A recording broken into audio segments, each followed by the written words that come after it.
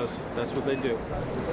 And it's just a very sad day when we have to reflect and have a moment of silence for those who have gone.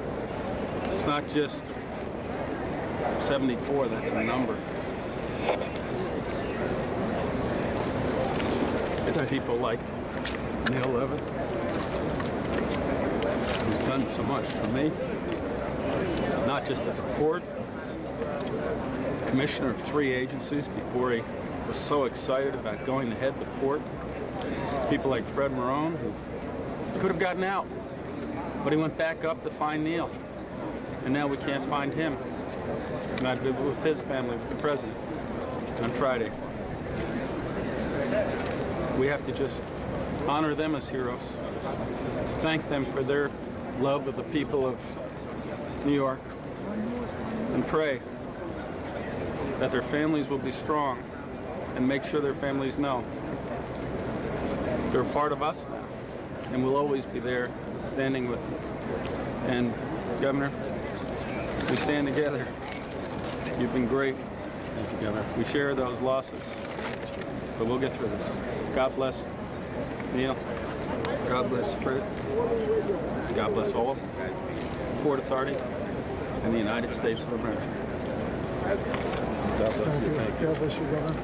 Thank you. Governor DeFrancesco. Let me just add, first, Governor Pataki's done such an outstanding job in his leadership role, working with the mayor and all of the people of New York.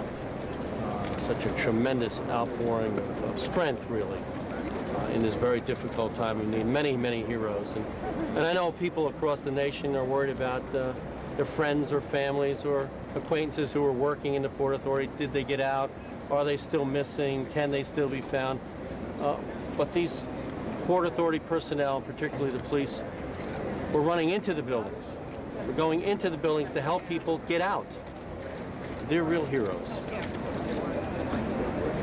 Neil Levin and his staff just did an outstanding job, as they continue to do today. Rabbi Kushner, I want to come back to our conversation. It's not every day you see the governor of New York, George Pataki, weeping on television as he discusses what he personally saw and the heroism that he witnessed in dealing with the losses that so many people have suffered. How do you react when you see that? Well, I think all of us for the last 7 days have been on the verge of tears, mixing the pain, the grief, the outrage. And I think I was also very moved by that, and I think it was good for people around the country to see high-placed officials crying. It gives them permission to vent their own grief so that nobody has to say, I'm not going to show my feelings because I don't want to scare or upset the children. Let them learn that at a time like this, men cry. Strong men, brave men cry because Lord knows there is so much to cry about. Bill Bennett, what do you say to young people, to children who are watching this, who are scared, frightened? How do you deal with this? I think you, I agree with the rabbi, you tell the truth and you let them see the truth. You first point them to what we just saw. You point them to the heroism of those firefighters and police officers who were going in as people were running for their lives out. These men and women were going in. But I think we tell them the truth. There's been a lot written already this week about how we need to reassure children, and we certainly do need to reassure children. Last night, our family was at a football game at Our Lady of Good Counsel here, right outside Washington. My son John plays on the Georgetown prep team. On his team, a young man made a touchdown, Eric Heidenberger. His aunt, Michelle Heidenberger, was the stewardess on Flight 77. And everybody erupted in a cheer for Eric. And when the folks from the opposite team heard that, who this young man was, who he was related to, they cheered too. There is, in the particular acts we do, a way of reconsecrating our lives, reminding ourselves of what's important, and carrying on in the best kind of way. And I think children to see that honest emotion that Rabbi Kushner was talking about, and to hear the truth. And when they ask us, should we be afraid? Yeah, there are some things to be afraid of. Absolutely. Are we safe? Yes, you're safe. But it is a dangerous world. For the last 10 years, I think we've forgotten that it is a very dangerous world. The other thing, though, I have to tell you, Wolf, about young people, guys we saw last night and young people I've been talking to this week, a lot of them are scared, a lot of them are ready to do what is asked of them. And we may have another greatest generation in the making, and they may be called upon to make sacrifice. Rabbi Kushner, what do you tell your members of your congregation? What do you say to them how they should deal with their children on these horrendous issues? Hug them and keep them close. Tell them how important they are to you. Let them say how important you are to them. Assure them that what happened last Tuesday is very, very rare, and that's why it's been on all the news. Terrible as it is, it's not going to happen all the time, and it's not going to happen because the people who died deserved it. And then just hug them some more and let them feel safe in your arms. Well, what if they watch the television shows and they watch what's going on, they still don't feel safe in your arms? What do you do then? Tell them that you're scared too, and tell them that all you can do is live in a world which is sometimes very scary, but that the government, the army, the police, the authorities, and their mothers and fathers are around there to keep them as safe as possible. Sooner or later, children do learn that the world is not fair, and all you can do is tell them that we'll be here to try and protect you as best we can. But what's the alternative? All you can do is go out and live bravely, because the alternative is just unacceptable. And Bill Bennett, you can wind this up. When you saw Governor Pataki crying on our screens just a few minutes ago, is that a sense of reassurance to the public out there, or is there a sense of alarm that here the governor of New York is crying? Look, I think in some ways, ironically, we are a better country in a week. We're better because I think the better angels of our nature are coming more to the surface. And there's another leader who's distinguished himself this week. That's all part of the story. There's been a rap on America for the last few years that, you know, it's phony, it's all phony, it's phony emotion. Every time a politician speaks, it's, you know, they're fooling you, they're dissembling. We saw some honest men and women this week speaking honestly and from the heart, from our president on down. And that's a good thing. And by the way, that's a very good thing for children to see. Bill Bennett, thank you very much. Rabbi Kushner, for Bill Bennett, let me take this opportunity to wish you a Happy New Year as the Rosh Hashanah holiday begins tomorrow night. Thanks to both of you for joining us. And the city of Washington, D.C. has been affected dramatically by the attacks on the Pentagon and the World Trade Center. Here now to give us some perspective is CNN's Washington bureau chief, Frank Sesno. Frank, your thoughts on what we have all seen? Well, Wolf, what we've experienced, what we've seen here in the nation's capital is unlike anything most of us have experienced in our lifetimes. Without question, the Capitol's been transformed. Not despair, though, but purpose, as we've heard today. Anxiety, for sure, but mostly it's been determination and remarkable unity. As we've heard over and over again, the destruction in New York was the costliest foreign attack ever on American soil. The strike at the Pentagon, the first time in 189 years since the War of 1812 that Washington has been attacked. Outwardly, the signs of change are obvious. Prayer and vigil, patriotism and pride, recovery now at the Pentagon. Heightened security around government buildings. The tours still run, but they're sparse and different. The Capitol's monuments, icons of American freedom and history, open again, but where flags still convey the mood, and the few visitors search for words.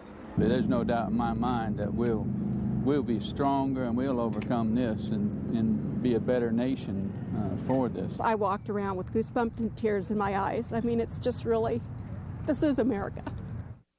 And on Washington's inside, where a week ago there was partisan rancor over the budget and education, now it's about homeland defense and defeating the global scourge of terrorism. Now it's about survival.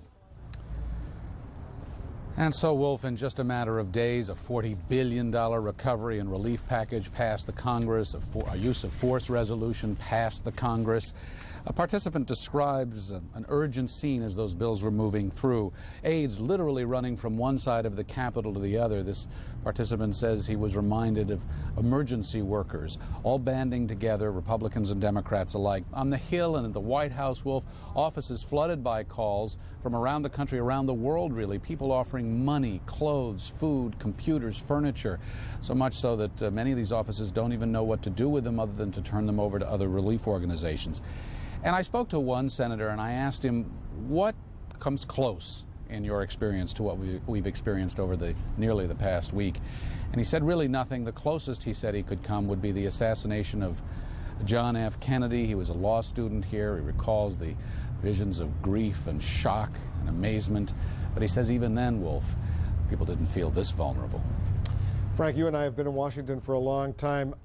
In my experience, I've never experienced what is going through this Capitol right now. Is that the same sense you're getting? Oh, yeah, and from everybody you talk to, you know, diplomats, political leaders, former administration officials, average citizens, the children, their parents, every place you go in this Capitol, and Bill Bennett made reference to this, you know, we've become hardened to it, even in the media, you know, we've seen people embrace and cry in our newsrooms. Everywhere you go, people have been so accustomed to questioning the motivation of elected leaders, of those of us in the media. But that questioning is now set aside. There's a grander purpose.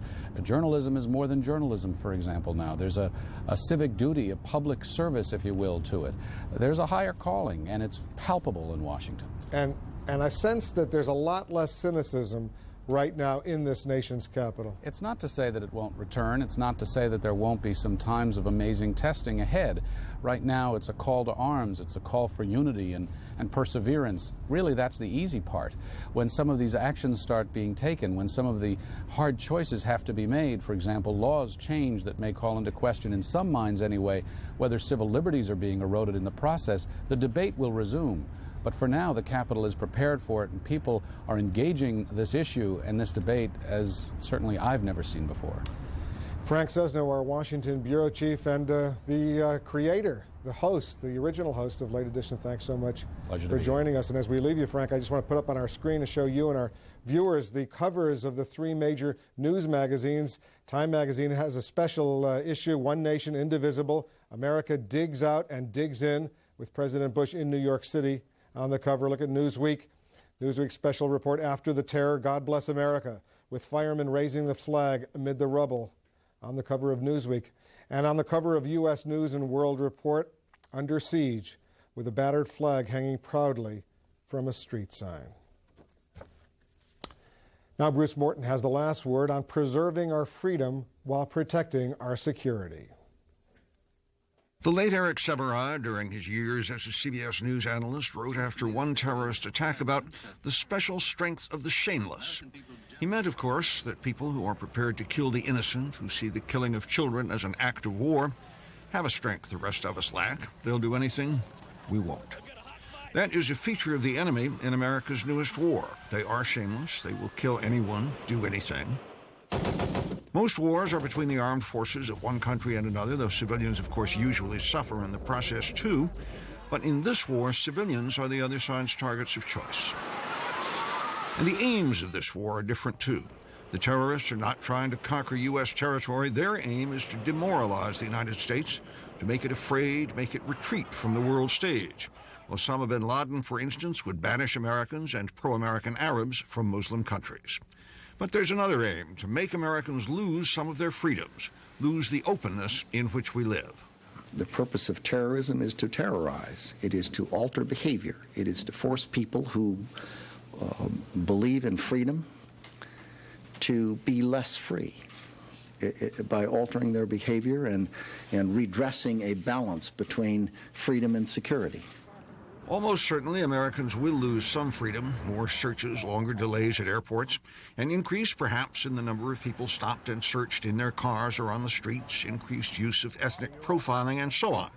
Most people would probably happily put up with some of this, but sooner or later draw the line. At some point, and different people would set different points, at some point Americans would lose the freedom that makes their country what it is, a place with lots of individual liberty, with a great tolerance for different beliefs. Then we're in trouble. On top of the U.S. Capitol is a statue of freedom. A friend whose apartment windows look out at the statue has been making a wish this past week for the statue and the idea it stands for. The wish? Hang in there, girl. Let's hope she does. I'm Bruce Morton. And that's all for this special edition of Late Edition. I'm Wolf Blitzer in Washington. CNN's coverage of America's new war continues. Here's Darren Kagan at the CNN Center in Atlanta.